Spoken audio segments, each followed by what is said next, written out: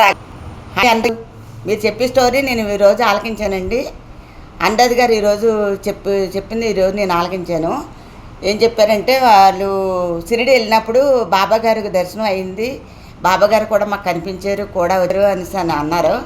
అలాగే నాకు కూడా ఒకసారి తిరుపతి వెళ్తే మేము కాణిపాకి వెళ్దామని అనుకున్నాము. విఘ్నేశ్వరుడి దర్శనం కూడా మాకు అలాగే అయ్యింది. నిజంగా ఇప్పటికీ నేను మరవలేకపోతున్నాను. ఏమైందంటే తిరుపతి వెళ్ళామండి. మా ఆయనగారు కొట్ల వాళ్ళు ఫ్రెండ్ల వాళ్ళు వెళ్తున్నారంటే మా అబ్బాయి మొక్కుండి మా ఆయనగారు రాలేకపోయారు. నేను మా అబ్బాయి వెళ్ళాము. వెళ్తే వాళ్ళ ఫ్యామిలీ వాళ్ళు వచ్చారు. మా ఆయనగారు ఫ్రెండ్ వాళ్ళ ఫ్యామిలీ వచ్చారు మొత్తం. నేను మా అబ్బాయిని తీసుకొని వెళ్ళానండి మొక్కు తీర్చడం కోసం. చిన్నప్పుడు ఒకసారి వెళ్ళామండి 5 ఏళ్ళప్పుడు. మళ్ళీ 20 ఏళ్ళు వచ్చాక వస్తాను అనుకున్నాను కాబట్టి ఇంకా వాళ్ళు వెళ్తున్నారు కదా ఎలాగ వెళ్దాము తిరుత్తని వెళ్దామని మొక్కండి మాకు. తిరుత్తని వెళ్దామనేసి ఇంకా బయలుదేరామండి మేము. ఇంకా వాళ్ళు తిరుపతి అన్నీ తిరిగి అన్నీ వెళ్దాం అనేసి అనుకుంటే ఇంకా సర్లే మేము తిరుగుదాం అనేసి మా అబ్బాయిని తీసుకుని నేను వెళ్ళానండి. వెళ్తే అండ్రాది గారు చెప్పిన మాటను బట్టి మీకు చెప్తున్నాను. అలాగే మేము వాళ్ళ ఫ్రెండ్స్ అందరూ కూడా మేము తిరుపతి వెళ్ళిపోయామండి. దర్శనం అయింది, అన్నీ బాగా జరిగినాయండి. దర్శనం కూడా చాలా బాగా జరిగింది. అయిన తర్వాత 3 రోజులు అక్కడ ఉన్నామండి మేము. వాళ్ళు కళ్యాణం చేయించుకున్నారు. మేము 3వ రోజుని కింద దిగిపోయాము. సాయంత్రం 4:30, 5 అయిందండి ఆ టైంకి. 4:30, 5 అయ్యేటికి మేము ఆటో కట్టించుకొని అదే కారు కట్టించుకొని కాణిపాకి వెళ్దాము అనేసి అనుకున్నాం. అనుకుంటేటికి సర్లే అని బయలుదేరామండి. అక్కడ రాత్రి అయిపోయింది. కాణిపాకలో దిగి కాణిపాకలో రేటుకి 10:30 అవుతుందండి. లేకపోతే ఆయన ఉత్సవాలు ఏంటండి, రథోత్సవం జరుగుతుందా. మేము అనుకోకుండా వెళ్ళటం వల్ల మాకు దర్శనం అవుతుంది లేదు, అసలు జనం ఉంటారేమో అని మేము అనుకున్నాం. కానీ కానీ అక్కడ పంతులు గారు వెళ్ళగానే అమ్మ గుడి మూసేసి టైం అయింది, మీరు వెళ్ళండి దర్శనం చేసేసుకోండి, మళ్ళీ ఖాళీ ఉండదు అనేసి అని అన్నారు. అసలు నాకేమో స్నానం చేయలేదని వాళ్ళు అన్నారు, పొద్దున్న చేసేసాం కదండి మనం ఇంకా బాత్రూమ్కి గట్ట వెళ్ళలేదు, వెళ్ళిపోతాం పర్వాలేదు అనేసి కాళ్ళు చేతులు మొహం కడుక్కొనండి దర్శనం చేసేసుకొని చాలా బాగా జరిగిందండి. విఘ్నేశ్వరుడి దర్శనం, కాణిపాక విఘ్నేశ్వరుడి దర్శనం చాలా బాగా జరిగింది. అసలు జనమే లేరండి, అసలు మేమే ఉన్నాం గుడిలోని. అతను దర్శనం చేసుకొని తండ్రి నాకు బాగా దర్శనం జరిగింది అనేసి దండం పెట్టుకొని మళ్ళీ తెల్లారి వద్దామని అనుకున్నామండి. బాగా కొబ్బరికాయలు కొట్టేసి దర్శనం చేసుకొని ఇంకా రూము తీసుకొనండి అక్కడ భోజనాలు పెడుతున్నారంటే సత్రంలోని భోజనం చేసి ఇంకా ఆ రూమ్లోకి వెళ్ళిపోయామండి మేము. రూమ్లోకి వెళ్ళిపోతే ఇంకా మా ఆయనగారు ఫ్రెండ్ వాళ్ళ ఆవిడని వాళ్ళ ఆయనగారు ఇంకా లేచండి తెల్లారుజామున వాళ్ళు గుళ్ళోకి వెళ్ళిపోయారంటండి. ఇంకా మేము లెగలేదండి, నైట్ అంతా పడుకోలేని వాళ్ళని మెలకు రాలేదు మాకు. మెలకు రాకపోతే గుళ్ళోకి వెళ్ళదండి. మా అబ్బాయి నేను బాధపడ్డాం, అయ్యి వాళ్ళు వెళ్ళిపోయారు మనం వెళ్ళలేదని అంటే వాళ్ళ కోళ్ళ కొడుకు అన్నారు, మనం వెళ్దాం లేండి తర్వాత అనేసి అని అన్నారు. తీరా మేము వాళ్ళ గుళ్ళో చేసేసరికి 8:30 అయిపోయిందండి. 8:30 అయిపోతే 8:30కి ఇక్కడ నుంచి మాకు బస్సు ఏంటండి చిత్తూరు నుంచి. అప్పుడు లక్ష్మీ గుడికి శ్రీపురం వెళ్దామని అనుకున్నారు వాళ్ళు. సర్లే అనేసి వాళ్ళు గుళ్ళోంచి వచ్చేసరికి కాణిపాక గుళ్ళోంచి వచ్చేసరికి 8:30 అయిపోయిందండి.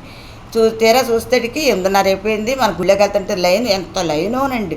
ఇంకా రథోత్సవం ఒకటి ఏమోనేమో చాలా జనం అండి, అసలు ఇసుకెత్త రాలతలేదండి, అంత జనం ఉన్నారు. ఇంకా సర్లే అనేసి నేను మా అబ్బాయికి నేను బయట దండం పెట్టేసుకున్నామండి. దండం పెట్టుకొని తండ్రి ఏమైనా తప్పుంటే క్షమించు, రాత్రే దర్శనం అందుకే అంత బాగా అయిపోయావు, ఇంకా మేము చేసేది ఏమీ లేక ఇంకా బయట దండం పెట్టుకొని ఇంకా నాకు మనసు అదో రకంగా అయిపోయిందండి. ఇంకా వెళ్ళిపోదాం వాళ్ళు కంగారు పెట్టేశారండి. ఇంకా గుళ్ళోకి వెళ్ళొద్దు మనం, ఇప్పుడు లైన్లో నుంచి ఉంటే ఇప్పుడు అవ్వదు, మధ్యాహ్నం 2 అయిపోతుంది అని చెప్పేసి తీసుకొచ్చేసి ఇంకా శ్రీపురం వెళ్దామని బయలుదేరిపోతున్నామండి. బయలుదేరిపోతుంటే ఇంకా బస్ కాడికి వచ్చేసామండి. ఈలోపు మా అబ్బాయి ఆకలి అన్నాడు అనేసి అక్కడ టిఫిన్ హోటల్ ఉంటాను, ఆ టిఫిన్ హోటల్లో టిఫిన్ చేయడానికి వెళ్ళామండి. అంత దర్శనం చేసుకొని అంత పుణ్యక్షేత్రంలోనే అండి టిఫిన్ అండి తిండి ఉండదండి బాబు. ఆ టిఫిన్ తిందామని వెళ్తే ఆ టిఫిన్లో చట్నీ అసలు ముట్టుకోలేకపోయామండి అసలు. సర్లే అనేసి ఇంకా మా అబ్బాయి తింటానంటే అటు కప్పుకుంటాడేమనేసి అండి 2 ఇడ్లీలు పంచదారేసి పెట్టి తీసుకొచ్చేసానండి బయటికి. వాళ్ళు కూడా ఏదో తిన్నారు. సర్లే అని ఇంకా బస్ కాడికి వచ్చి నుంచున్నామండి.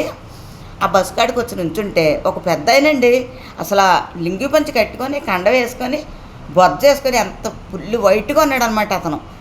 అసలు వచ్చి అమ్మ అంటున్నాడండి. నేను ఇటు తిరిగి నుంచున్నానండి, బస్సులు వస్తాయేమని ఇటు నుంచున్నామండి అందరం మేము. వెనకాల నుండి పిలుస్తున్నాడండి అతను పెద్ద ఆయన. అసలు ఏంటనేసి గమ్మ నేను వెనక్కి తిరిగి చూసేసరికి అతను అసలు ఆ బొట్టది పెట్టుకోనండి. అసలు వినాయకుడిని ఇంకా అలా చూసినట్టు అనిపించిందండి నాకు.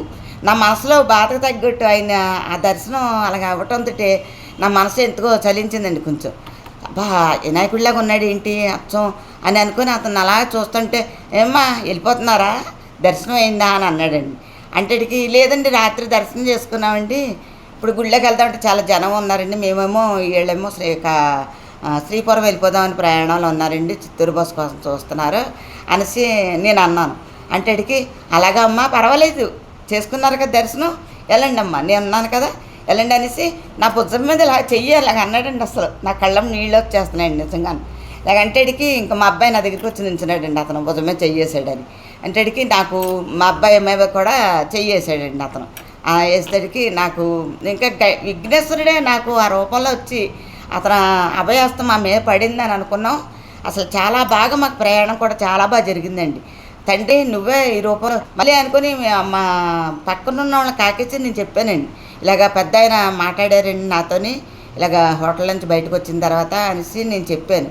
చెప్తే వాళ్ళు అసలు వెనక్కి తిరిగి చూసరికి ఏరండి ఎక్కడున్నా ఎక్కడ అని అనేసి అసలు అతను దరిదాపులు ఎక్కడ లేడండి. అసలు డబ్బులు ఇద్దామని నేను పర్సులో చెయ్యడతాను, నేను వాళ్ళతో మా వాళ్ళతో మాట్లాడుతున్నాను అనమాట డబ్బులు ఇద్దామని. అంటేడికి ఇంకా నేను అతను ఎత్తుతుంటే కనిపించలేదండి. అసలు ఏమనుకోవాలండి, అసలు విఘ్నేశ్వరుడే అనుకోవాలి కదండి. అసలు నా మనసు బాధకి అతను బయటకు వచ్చి నాకు దర్శనం ఇచ్చాడండి నిజంగాను.